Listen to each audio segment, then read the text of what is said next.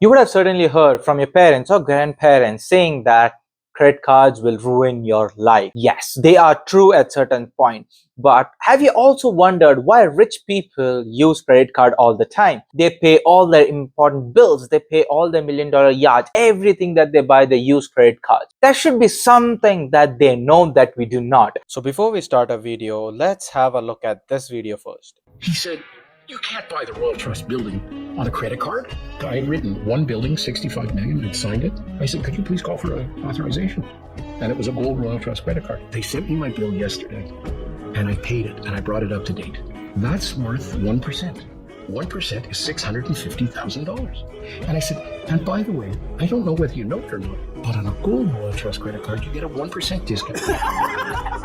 That's 1.3 million. So welcome guys to my channel. So today we'll be talking about credit cards. Yes, and there are certain types of credit cards that you would definitely get confused and overwhelmed with type of credit card that you need to buy. So there are quite a lot of categories. The first categories is basically if you want a cashback. So you're a person who does not travel a lot. So you travel once a year but you just want a cashback. That's when cashback credit cards are used. If you like traveling a lot, so you travel pretty much once a quarter, you travel 3 to 4 times a year, that's when travel credit cards are used for. If you're a student, of course you would be having some student credit cards that from Scotiabank, from CIBC, even from RBC, and all the major banks in Canada gives you student cards which are completely free of cost. I was looking for a credit card and I did almost like 6 to 7 months of survey. If you love earning cashback on your everyday purchase, then the CIBC Dividend Visa Infinite is one of the best options that you can choose. It gives you 4% cashback on groceries and gas, 2% on dining and transit, and 1% on everything else. It also comes with travel insurance, purchase protection. The only downside which it has is a $120 annual fee. But if you spend a ton on groceries and gas, this card is worth it.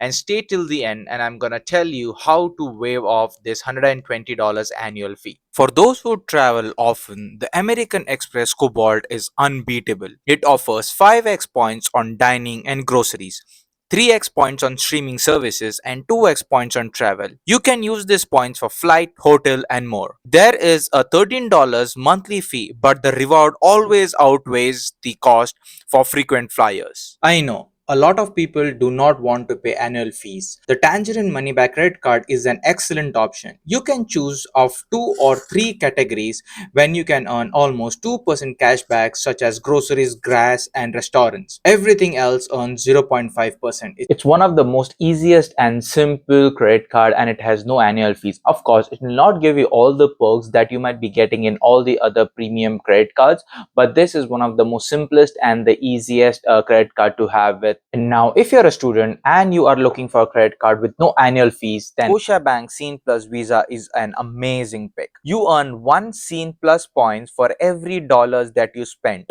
and you can redeem that for movies, restaurants, and even travel. It has no annual fees, and it is very easy to get qualified for this credit card. The only downside of it is that you do not get any travel insurance perk, but however, you would get discounts on travel perks, such as on car rentals, such as 25% off on AYs and budget. It also covers you for purchase protection, which means that if you buy a phone using this credit card, it will protect you against theft and even if it is damaged. As we have talked about all the credit cards, now let's talk about the things that you need to be very careful before buying any credit cards. First thing is, keep in mind about the interest rate. If you are not able to manage your credit cards, or you're spending too much and not able to pay it off, do not go for a credit card, because if you are unable to pay the credit card bills, you will be incurring around 20% of the interest rate. The second most important part is annual fees. See to it that you do pay annual fees. It gives you better perks, but if it is not viable for you and you're not outperforming the annual fees by using the perks,